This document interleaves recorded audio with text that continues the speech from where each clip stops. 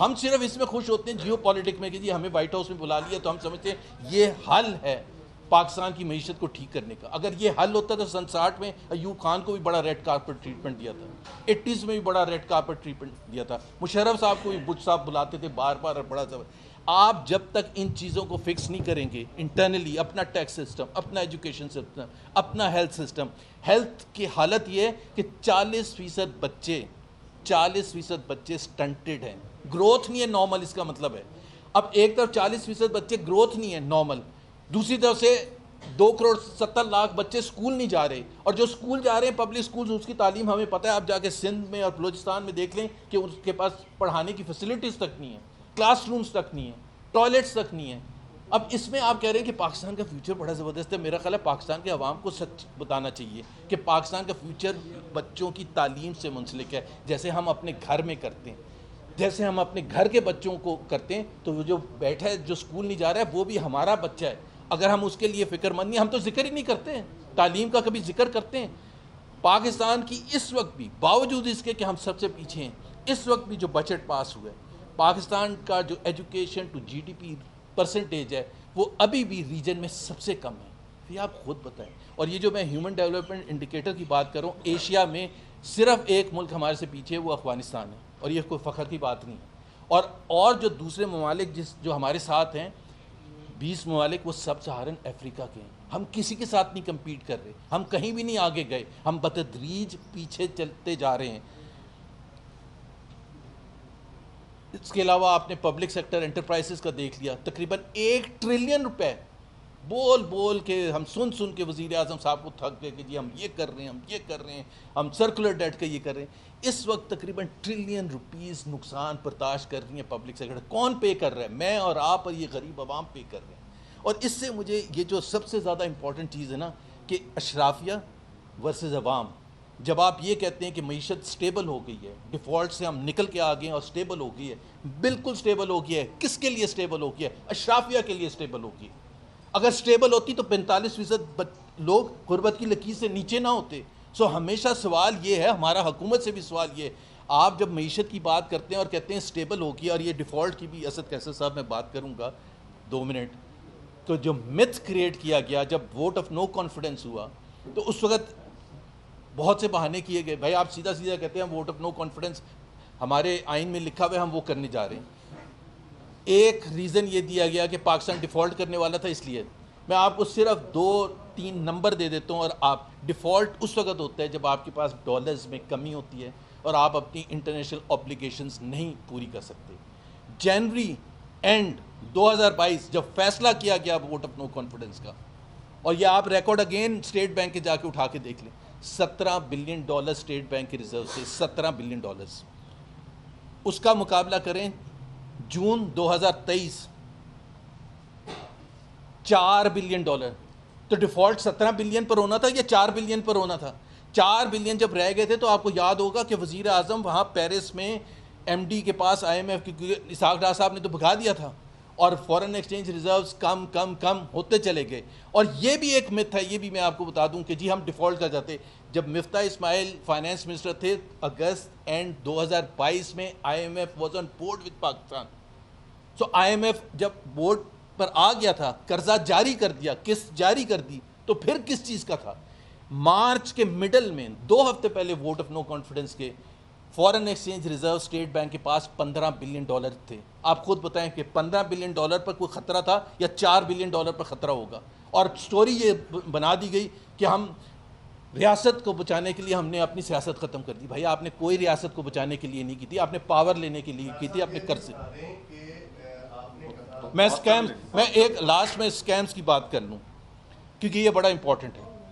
بہت سے سکیمز ہوئے ہیں پچھلے 3.5 سال میں. 2 جو سب سے زیادہ, یہ ایک تو مت تھی نا, اس کو ٹھیک کرنے کی ضرورت تھی جو میں نے کیا ہے, باقی سوال آپ بے شک کرتے رہیے گا. ایک تو ابھی ہم نے دیکھا چینی کا سکینڈل. اب مسئلہ یہ ہے کہ سکیم ہوتا کیا ہے؟ وہ سکیم یہ ہوتا ہے کہ جو حکومت میں بیٹھے ہیں, جو اشرافیہ ہے, وہی فیصلہ سازی کر رہی ہے. ابھی آڈیٹر جنرل نے 10 دن پہلے نیشنل اسمبلی کی کمیٹی میں یہ کہا کہ $300 بلین شوگر اونرز کی جیبوں میں گیا ہے اس پرائس انکریزز کی وجہ سے. پہلے ماشاءاللہ کافی کماتے ہیں, یہ اس کے اوپر ہے. 300 بلین کس کی جیبوں سے گیا ہے؟ غریب عوام کی جیب سے گیا ہے. وزیر اعظم نے جب سب ہو گیا لوٹ لیا, عوام کو تباہ کر دیا, تو انہوں نے کہا کہ جی میں شوگر مافیا کو کنفرنٹ کروں گا. تو پہلے تو آپ اپنے صاحبزادہ جو ہیں وہ بھی تو شوگر مافیا کا حصہ ہیں, ان کو تو کنفرنٹ کریں نا, ان کے تو آڈٹ کروائیں نا, ان سب کا آڈٹ کروائیں جو فیصلہ سازی میں شامل ہیں. فیصلے بھی آپ کر رہے ہیں ایکسپورٹ کے, اور فیصلے بھی آپ کر رہے ہیں امپورٹ کے. صرف ایکسپورٹ اور امپورٹ کا جو ڈفرنس ہے سیم کوانٹٹی 84 بلین تو بیچ میں سے غائب ہو گیا. 198 بلین 114 بلین آپ نے ایکسپورٹ میں کمائے, 114 بلین اسی کوانٹٹی پر, اور اسی کوانٹٹی کو منگوانے میں 198 بلین. 84 بلین کا کس کی جیبوں سے کیا؟ عوام کی جیبوں سے کیا. اب اسی طرح سے ایک ویٹ سکینڈل آیا تھا. اب ویٹ سکینڈل میں بھی 300 بلین کی ہیرا پھیری ہوئی, 300 بلین کی, لیکن ابھی اس کی رپورٹ آ گئی آڈیٹر جنرل کی. کوئی ایکشن ہوا؟ کوئی ایکشن نہیں ہوا. کیا بتایا گیا؟ پہلے تو یہ جھگڑا ہو رہا ہے کہ وہ پی ڈی ایم 1 کی گورنمنٹ نے فیصلے کیے تھے یا کیئر ٹیکر گورنمنٹ نے کیے تھے, یا جو پی ڈی ایم 2 کی گورنمنٹ آئے تھے انہوں نے فیصلے کیے تھے. اب عوام بیٹھ کے یہ انتظار کر رہی ہے کہ وہ آپس میں اس چیز پر لڑ رہے ہیں. یہ نہیں کوئی ڈینائی کر رہا کہ عوام کو 300 بلین روپے کا تھوک لگایا, یہ کوئی بھی نہیں بات کر رہا, یہ کوئی بھی نہیں ڈینائی کر رہا. لیکن ڈینائی کیا کر رہے ہیں کہ وہ کاکڑ صاحب کہتے ہیں کہ جی ہماری حکومت میں تو یہ والا فیصلہ نہیں, یہ والا ہوا تھا. پی ڈی ایم کی جو جانے والی حکومت تھی وہ کہتے ہیں کہ یہ نہیں, یہ ہم نے نہیں کیا تھا, یہ تو کیئر ٹیکر نے کیا تھا. اور اس کے بعد جو نئی حکومت آتی ہے انہوں نے کہا جی ہم نے تو کوئی فیصلہ ہی نہیں. حالانکہ تینوں رسپانسبل تھے. اور میرے نزدیک کیئر ٹیکر تھی یا پی ڈی ایم 1 تھی یا P D M 2, it is a continuation of the same set up جو اپریل 2022 میں شروع ہوا. سو یہ چھوٹی چھوٹی چیزیں تھیں. باقی آپ کو پتہ ہے معیشت کا حالت. ایگریکلچر سیکٹر لے لیں, 5 مین کراپس لاس میں, 5 مین کراپس پاکستان کی لاس میں. ہمیں بتایا گیا کہ ہم پتہ نہیں ایگریکلچر ریولیوشن لے کے آئیں گے. انڈسٹری کی آپ نے حالت دیکھی, پورا سال 2 سال گزر کے نیگیٹو لارج اسکیل مینوفیکچرنگ چل. ارے آپ کون سا شعبہ ہے جس کو آپ نے ٹھیک کیا؟ کیا آپ نے پروڈکٹیوٹی امپروو کر دی ہے؟ کیا آپ نے ویجز امپروو کر دی ہیں جو عام مزدور ہیں ان کے لیے؟ کوئی ایک چیز آپ بتا دیں.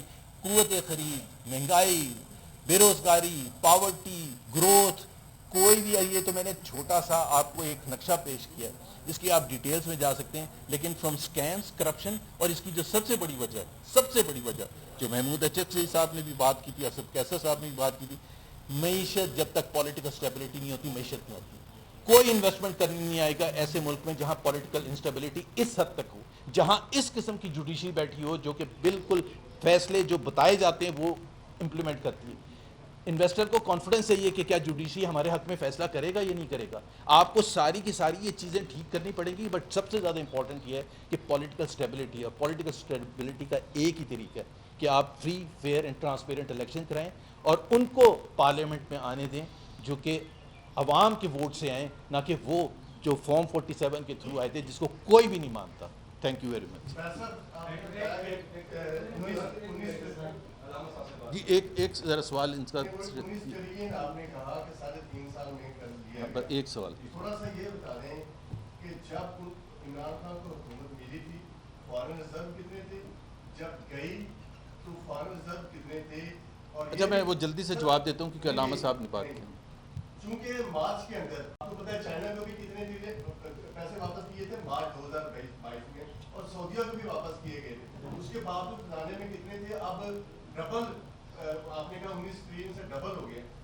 نہیں آپ دو چیزوں کو مکس کر رہے ہیں. میں قرضوں کی بات کر رہا تھا, ٹریلین. آپ فارن ایکسچینج ریزروز اور اس کو دونوں کو مکس کر رہے ہیں. فارن ایکسچینج ریزروز جو تھے جب پی ٹی آئی کی حکومت آئی تھی 25 ٹریلین تھے پاکستان کے ٹوٹل ڈیٹ, اور وہ جب چھوڑ کے گئے تھے 43 ٹریلین تھی.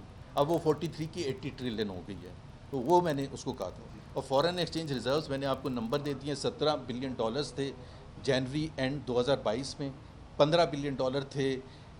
بائی دا وے 17 یا 15 بلین ڈالر اس کے بعد 3.5 سال میں آج تک نہیں وہاں پہنچے, اور ووٹ آف نو کانفیڈنس اس لیے کرنے جا رہے تھے کہ ڈیفالٹ ہو رہا ہے پاکستان.